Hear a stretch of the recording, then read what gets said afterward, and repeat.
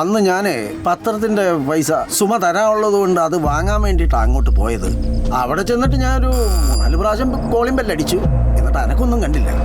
കഥ കാണുന്നുണ്ടെങ്കിൽ അടച്ചു വിട്ടിരിക്കുന്നു. അപ്പോഴാണ് ഞാൻ അവിടെ ഒരു ബൈക്ക് ഇരിക്കുന്നത് ശ്രദ്ധിച്ചത്. പിന്നെ പടിയിലൊരു ചെരുപ്പുണ്ടായിരുന്നു. ആണുങ്ങളുടെ ചെരുപ്പായിരുന്നു അത്. എന്നിട്ട് ഞങ്ങൾ നാട്ടിൻപുറത്തുകാരായിരുന്നുകൊണ്ട് ഈ ചെറിയൊരു സംശയം ഏത് ഞാൻ അവിടെയൊക്കെ ഒന്ന് നോക്കി. പക്ഷെ ആളനക്കൊന്നും കണ്ടില്ല. അങ്ങനെ ഞാൻ പിന്നെ തിരിച്ച് വീട്ടിലേക്ക് ഇങ്ങി വന്നു. അവിടെ കിടന്നു എന്ന് പറയുന്ന ചെരുപ്പില്ലേ, അതെങ്ങനെയുള്ളായിരുന്നു? അത് ഈ പുറകില് വള്ളിയൊക്കെ ഉള്ള ആണുങ്ങളിടുന്ന ചെരുപ്പില്ലേ സാറേ, വലിച്ചുകൊണ്ടിരിക്കുന്നേ. പിന്നെ അവിടെ കണ്ട ബൈക്കിന് എന്തെങ്കിലും പ്രത്യേകത ഉണ്ടായിരുന്നോ? അതൊരു കറുത്ത കളറുടെ ബൈക്കാ സാറേ. ഇപ്പൊ ഈ ഗോപൻ സാറ് കാണിച്ച ബൈക്കില്ലേ, ഏതാണ്ട് അങ്ങനെയുള്ളൊരു ബൈക്കാ സാറേ. എങ്ങനെയെങ്കിലും ഈ പ്രതിയെ പിടിക്കണം സാറേ. ഞങ്ങൾ ഈ നാട്ടുകാരാണ് ഇതിനകത്ത് കിടന്ന് ബുദ്ധിമുട്ടുന്നത് ഈ പോലീസുകാരെ കൊണ്ട്.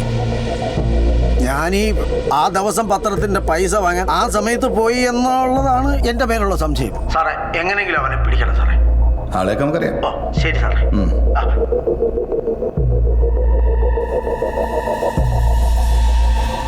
പത്രക്കാരൻ സുരേന്ദ്രൻ കണ്ട ഒരു ബാക്ക് സ്ട്രാപ്പ് ചെരുപ്പും ഒരു ബ്ലാക്ക് പാഷൻ പ്രോ ബൈക്കുമാണ്. നിന്നെ ഇതിൽ നിന്ന് ഒഴിവാക്കാൻ നോക്കുമ്പോൾ നീ വീട്ടിൽ പോയിട്ട് കയറി വരികയാണ് ഇവിടെ. അതെന്താ സാറേ? നമ്മളെ ഈ പെട്ടെന്ന് തോന്നുമ്പോൾ ബുദ്ധിയുള്ളവർ ചെയ്യുന്നത് എന്താണെന്നറിയോ? സത്യം പറഞ്ഞ് അങ്ങ് രക്ഷപ്പെടാൻ നോക്കും. നീ അധികം ബലം പിടിക്കണ്ട. ഞാനങ്ങനെ പെട്ടൂന്നാണ് സാരി പറയുന്നത്. നാട്ടിൽ എത്രയോ ആൾക്കാർക്ക് കറുത്ത ബൈക്കും ബാക്ക് സ്ട്രാപ്പ് ചെരുപ്പുമുണ്ട്. അതൊക്കെ എനിക്കുണ്ടെന്ന് പറഞ്ഞ് ഞാൻ ഈ കൊലക്കുത്തും ഏറ്റെടുക്കണം. നമ്മുടെ മടിയിൽ കനമുണ്ടെങ്കിൽ നമ്മൾ പേടിക്കേണ്ട കാര്യമുള്ളൂ. കനവില്ലേ പേടിക്കേണ്ട കാര്യമൊന്നുമില്ല.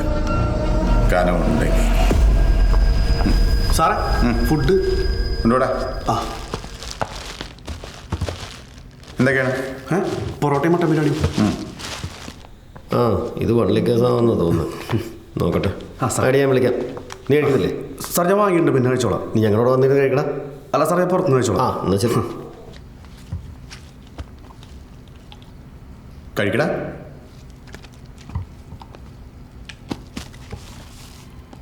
ഇരിക്കടാ.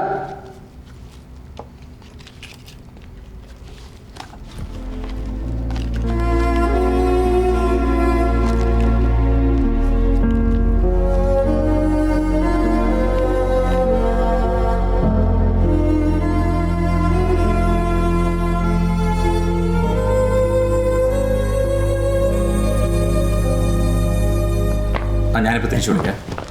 അതൊക്കെ സാർ, നിങ്ങൾ ആ കത്തിക്കൽ നടന്ന സ്ഥലത്ത് ഇമ്മീഡിയറ്റ്ലി പിക്കറ്റ് പോസ്റ്റ് ഇടുക. ഓക്കെ? അല്ലെങ്കിൽ അത് കമ്മ്യൂണൽ വയലൻസിലേക്ക് പോകും. അഡീഷണൽ ഫോഴ്സ് വേണമെന്നുണ്ടെങ്കിൽ immediately call me back. Okay? എന്നാ എസ് പി സാറേ, ഞാൻ നേരിട്ട് വരാതെ ഫോണിൽ വിളിച്ച് പറഞ്ഞുകൊണ്ടാണോ അന്വേഷണം ഇത്രയ്ക്കങ്ങ് ഉഴപ്പുന്നത്? ഞങ്ങൾ അന്വേഷിക്കുന്നില്ലെന്ന് സാറിനോട് ആരാ പറഞ്ഞേ? എന്നിട്ട് ആളെവിടെ? എയർപോർട്ടിലൊരാൾ വന്ന് ഇറങ്ങുന്നു, ഫ്ലൈറ്റിൽ നിന്ന് ഇറങ്ങിയ ആൾ പെട്ടെന്ന് മിസ്സാവുന്നു.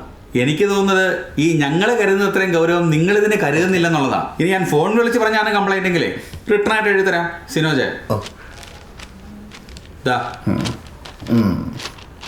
സാറേ, ഞാൻ എയർപോർട്ടിൽ വിളിച്ച് ഡീറ്റെയിൽ ആയിട്ട് തന്നെ ഒരു അന്വേഷണം നടത്തിയിട്ടുണ്ടായിരുന്നു. ഇദ്ദേഹം ഇവിടെ വന്നിറങ്ങുകയും സ്വമേധയാ വേറൊരാളുടെ കാറിൽ കയറി പോകുന്നതിനുമുള്ള CCTV ഫുട്ടേജ് നമ്മുടെ കയ്യിലുണ്ട്.